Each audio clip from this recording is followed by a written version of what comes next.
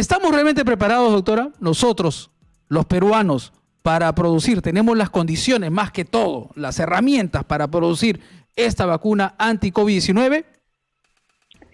Por lo que tengo entendido, no tenemos laboratorios certificados y con las capacidades para producir masivamente las vacunas que vienen de casas comerciales o de instituciones internacionales. Sí. Todos sabemos que localmente se está tratando de hacer una vacuna. El grupo del doctor Mirko Simic de la Cayetano junto con el grupo de Farvest están en el desarrollo de una vacuna, pero que probablemente va a tomar más tiempo. Hay algunos países de la región que se han acercado a los productores de la vacuna, los que actualmente están en las fases 2 o 3 de los estudios para ver si hay capacidades instaladas para el desarrollo de la vacuna, pero creo que lamentablemente en el país no tenemos esa capacidad. No tenemos una capacidad logística más que todo, porque capacidad en recursos humanos yo creo que sí, nuestros médicos profesionales, biólogos, científicos los tenemos, ¿no? Sí, por supuesto, lo que me refiero es a la capacidad logística, sí. El poder tener los laboratorios con los mínimos requerimientos de calidad, de bioseguridad para producción de biológicos. Y el Perú que obviamente ha crecido... El instituto, Adelante, sí. Decía que el Instituto Nacional de Salud sí hace la producción de ciertos biológicos, ¿no? Que más del tipo de anticuerpos para patologías propias que tenemos en el Perú, pero no se produce realmente vacunas. Entonces es algo que nosotros luego de esta terrible pandemia tenemos definitivamente que mejorar como país con una mayor inversión en lo que es ciencia y tecnología. Ajá, justo ese es el punto que quería tocar, doctora.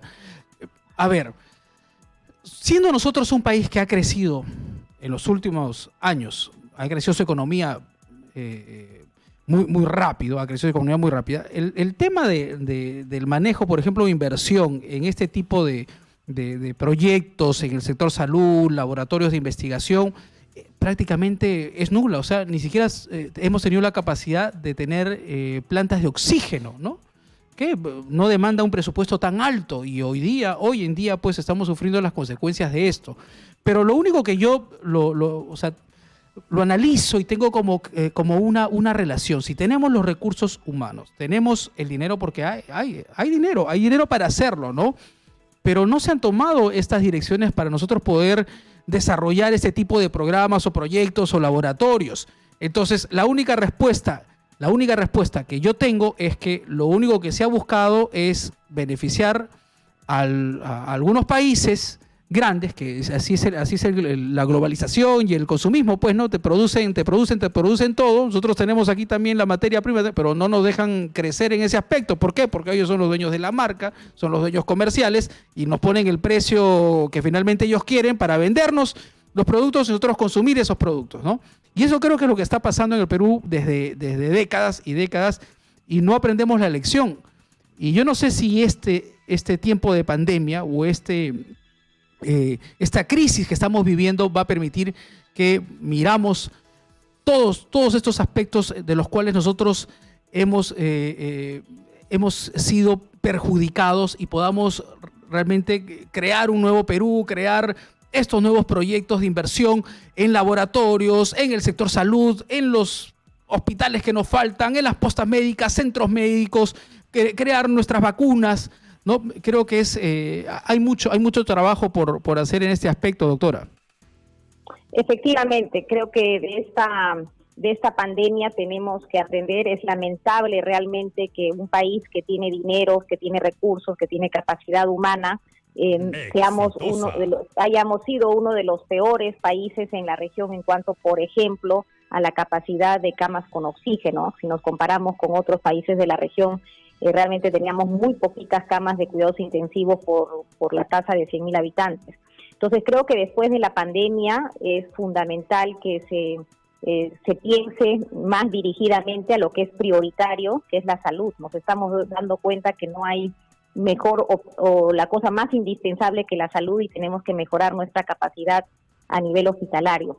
Pero también es indispensable fortalecer la inversión en ciencia, en tecnología, Se están dando algunos pasos a través, por supuesto, de CONCITEC, que tiene financiamiento, que es el ente rector de la investigación, pero estos recursos todavía son limitados, ¿no? Hay fondos concursables, pero muy dirigidos a algunos temas específicos y con fondos que son pocos todavía, ¿no? Y por otro lado, también tiene que haber una mayor apertura y flexibilidad para todos los trámites, ¿no? Porque para que realmente se abra un laboratorio se tienen que importar insumos, equipos, reactivos, y hay una burocracia que impide que esto se pueda avanzar al ritmo que se necesita.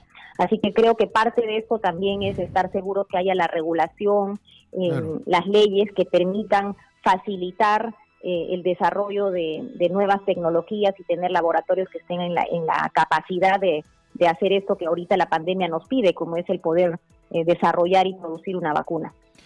En uno de los puntos de la carta que usted le ha dirigido a la doctora Pilar Massetti Soler, el 11 de agosto del 2020, en el punto 4 usted indica acerca de implementar solo las pruebas moleculares.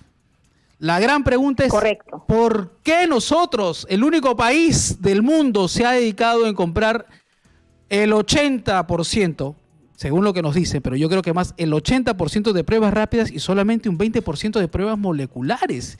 Y esa es la consecuencia de lo que estamos viviendo hoy, porque no hemos cercado el COVID-19 con las pruebas rápidas, porque obviamente sabemos que las pruebas rápidas no son pues las verdaderas, las que nos van a certificar que sí estamos realmente contagiados con el COVID-19. Y no hemos podido cercar esto por eso mismo, porque no sabemos quién tiene el COVID-19, porque las pruebas salen erradas, ¿no? Entonces, somos creo que el único país que ha hecho este tipo de compras. Y un ejemplo muy cercano, doctor, es lo que hizo Ecuador. Que Ecuador estaba pasando una crisis tremenda con los pacientes muriéndose en la calle, ¿no? Y bueno, hicieron este cerco, están ahí controlándolo, pero optaron por implementar las pruebas moleculares, que es lo que usted manda aquí a la ministra. Sí, nosotros realmente pensamos que es indispensable fortalecer las capacidades de biología molecular. En un primer momento teníamos que hacer uso de las cosas que estaban disponibles y que no requieren de mayor tecnología, como es el uso de las pruebas rápidas. Sin embargo, con los meses que han pasado de la pandemia, se ha dado la oportunidad de justamente ampliar los laboratorios que tienen capacidad de hacer biología molecular, y hay estas capacidades en las instituciones académicas, en las universidades y también en los laboratorios privados. Entonces creo que es momento de poder justamente ampliar y flexibilizar y descentralizar la capacidad de hacer estos diagnósticos por métodos moleculares, porque recordemos que lo que nos da el beneficio, la prueba molecular, el PCR, es poder detectar al individuo cuando se encuentra en la etapa inicial de la infección y cuando tiene mayor probabilidad de contagiar a otras personas. Las pruebas rápidas que nos miden los anticuerpos sí tienen una utilidad para estudios epidemiológicos, para saber cuántas personas enfermas tenemos, pero dado que recién empiezan a producirse los anticuerpos a partir de los días 7, 10 de una infección, ya cuando los detectamos realmente no tenemos la posibilidad de intervenir, y lo que nosotros realmente ahorita necesitamos es detectar tempranamente para justamente pedir a las personas que hagan un autoaislamiento. Las personas que son sintomáticas o que tienen un contacto con una persona que tiene síntomas de COVID no deberían en estos momentos esperar a tener una prueba confirmatoria para poder hacer un autoaislamiento y evitar contagiar a más personas. Y el inicio de un tratamiento, ¿no? Momento, y monitorizar, porque también recordemos que no hay tratamientos específicos que hayan demostrado que funcionan. Lo que debemos es monitorizar los síntomas, poder enseñar a la población sobre los síntomas de alarma, en qué situación el paciente debe acudir al establecimiento de salud, ¿no? Claro. Sobre todo si tiene dificultad respiratoria, algo de cianosis, alteración del sensorio, pero sobre todo lo más importante, lo ideal, y también lo hemos puesto en la carta, es que en las casas o quizás en la cuadra o en el barrio se pueda tener estos oxímetros de pulso que permiten detectar cómo está la saturación, porque ya se ha visto, y hay un estudio que se ha hecho en el Hospital Cayetano Heredia, que si los pacientes vienen con saturaciones bajas, muy bajas, eso correlaciona lamentablemente con pacientes que van a fallecer. Entonces lo importante es hacer una detección temprana para justamente poder ingresar a los pacientes al hospital a que requieran y reciban oxígeno y los cuidados necesarios. Ahora, justo comentaba el día de ayer acerca de los oxímetros de pulso, y la verdad es que yo no entiendo por qué es tan difícil poder acceder de manera directa del proveedor, ¿no? Del exterior, ya sea chino o coreano, un implemento, ¿no? O sea, este instrumento médico, que es un instrumento que nos va a salvar la vida y que deberíamos de tenerlo en cada hogar, ¿no? Y no lo tenemos porque nos están vendiendo al precio más caro del mercado, sobre los 200 soles en algunos casos, desde 165 soles hacia arriba nos venden este equipo, que es un equipo que tú lo puedes encontrar en el mercado por el internet desde 30 soles.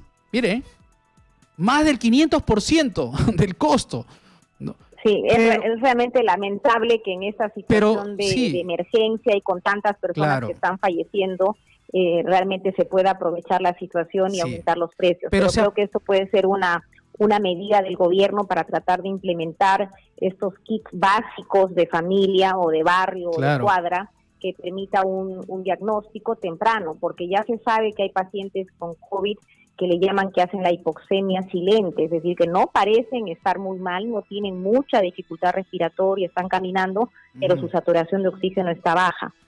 Por lo tanto, esto es algo que se podría implementar con las medidas que debería establecer el gobierno y el Ministerio de Salud. Claro, y como el gobierno ha demostrado y ha declarado que no tiene pues esa capacidad, por más que quiera y tengan la buena intención de hacerlo, al menos deberían de regular la norma para que una persona, un paciente, pueda adquirirlo de manera directa. ¿Por qué, doctora? Le explico y espero que usted se sume a mi llamado. Este aparato, obviamente 260 soles, 300 soles, nadie lo va a poder comprar porque es carísimo, ¿no? Pero yo lo consigo en internet a 30 soles, a 40 soles. ¿Pero qué sucede con este aparato? Cuando yo lo compro y tiene que ingresar por aduanas no me permite el ingreso de este equipo porque me dice, tienes que tener la aprobación de Digemid. y Digemid le envías una carta con toda la información que te pide para la aprobación de un equipo tan sencillo y básico que todos deberíamos de tenerlo, ¿no? Así como un tensiómetro en casa. Demora eso y para eso ya el paciente murió, pues es la verdad, el paciente ya se fue, ¿no? La persona que necesitaba ya no va a estar. Y te demora. Efectivamente, con esto, no solamente con el oxímetro de pulso, pero por ejemplo nosotros en la universidad, en las instituciones académicas que se está haciendo investigación para tratar de justamente mejorar los métodos diagnósticos o de tratamiento, hay muchas demoras en la parte administrativa, burocrática de los trámites que se tienen que hacer para importar, ¿no? Y justamente esto es una de las cosas que es el pedido nuestro por parte de la academia, que dada la situación sí se debe no flexibilizar, pero realmente ser más expeditos, ¿no? Hay ciertos trámites que podrían ser más rápidos y darle la oportunidad a los investigadores que terminen sus proyectos, porque al final esto redunda en tener mejores métodos diagnósticos o mejores tratamientos que van a mejorar la condición de los pacientes que actualmente están falleciendo con COVID. Yo entiendo que Digemid tiene que regular y controlar, y eso se tiene que respetar, ¿ok? Pero no estoy trayendo un respirador, estoy trayendo un equipo básico que me va a salvar la vida, que cuesta 30 soles, 40 soles y aquí me están robando mi dinero porque me lo venden a 300 soles. Y si las autoridades no tienen la capacidad de poder brindarnos estos equipos a todos los peruanos porque lo vamos a necesitar en algún momento de nuestra vida, no tienen la capacidad, los recursos, logística, recursos humanos, no lo tienen, ¿ok?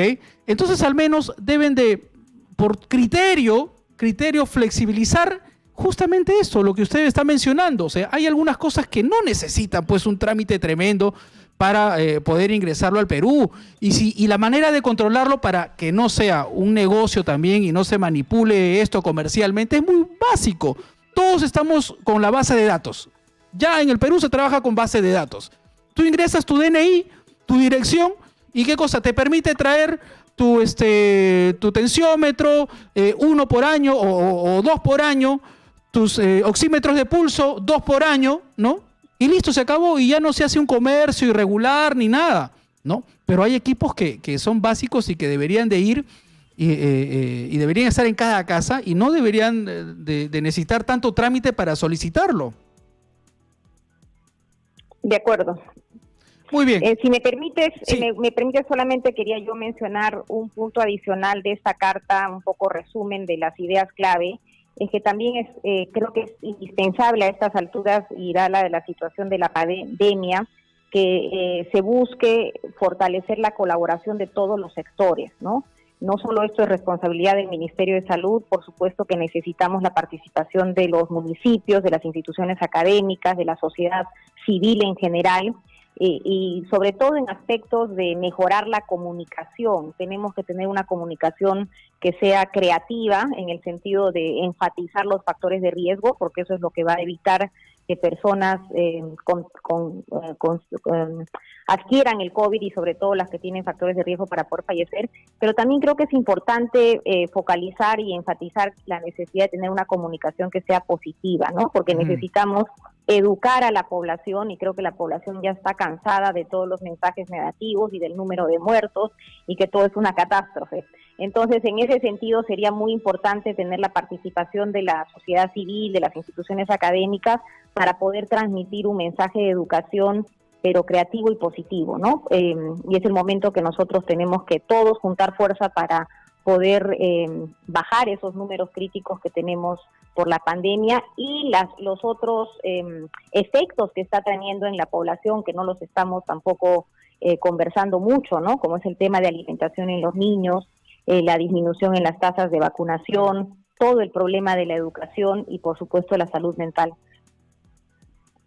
Bueno, sin duda hay muchos temas, doctora, por hablar, ¿no? Pero ahora estamos justamente viviendo esta crisis de pandemia, ¿no? Entonces yo quiero pedirle, por favor, que usted se dirija a la población del Perú para brindarle, como especialista, los consejos. ¿Qué cosa es lo que debemos de hacer? ¿Cómo debemos de actuar? Justamente lo que usted ha mencionado, ¿no? La importancia de las organizaciones civiles, de los grupos, asociaciones, para no estar desunidos y pensando solamente en todo lo malo, sino explíquenos, por favor, ayúdenos a nosotros a entender cómo nosotros podemos mejorar desde nuestro lado, ayudando al gobierno, la situación actual que está viviendo nuestro país. Realmente lo que necesitamos nosotros como ciudadanos es tener una autogestión del riesgo. ¿Qué quiere decir? Que nosotros tenemos que ser conscientes hoy en día con esta alta tasa de transmisión comunitaria, es decir, que tenemos muchas personas infectadas, deberíamos nosotros asumir que cualquier persona está infectada. Y si eso nosotros lo interiorizamos, vamos a ser más cautos en no pegarnos a las personas, en no dejar de usar la mascarilla correctamente, en lavarnos la mano o usar el alcohol gel una vez que hemos tocado alguna superficie que podría estar contaminada. Entonces hay muchas disposiciones que da el gobierno, pero creo que está en la responsabilidad propia del ciudadano el poder cumplir las reglas y, por ejemplo, muy importante, si nosotros sabemos que tenemos síntomas de COVID, ya los conocemos los síntomas de COVID, sabemos que hemos estado en contacto con un familiar o con un conocido que tiene síntomas, tenemos que autoaislarnos. Por supuesto, eso no es fácil, ¿no? Porque obviamente hay todas las desigualdades y todos los problemas económicos, etcétera, que tenemos, pero lo importante es tratar de evitar de nosotros contagiar a otras personas si ya sabemos sabemos que hemos corrido el riesgo de poder estar en contacto. Entonces creo que el mensaje es de que mucho de esto, por supuesto que es responsabilidad del gobierno, del Ministerio de Salud, pero nosotros como individuos jugamos un rol importante. Y el llamado a la sociedad civil, porque creo que todos nos tenemos que juntar y apoyar, y justamente en estos temas de comunicación y de educación a la población, creo que es importantísimo el rol de la sociedad civil. Muy bien, muchas gracias por su comunicación el día de hoy.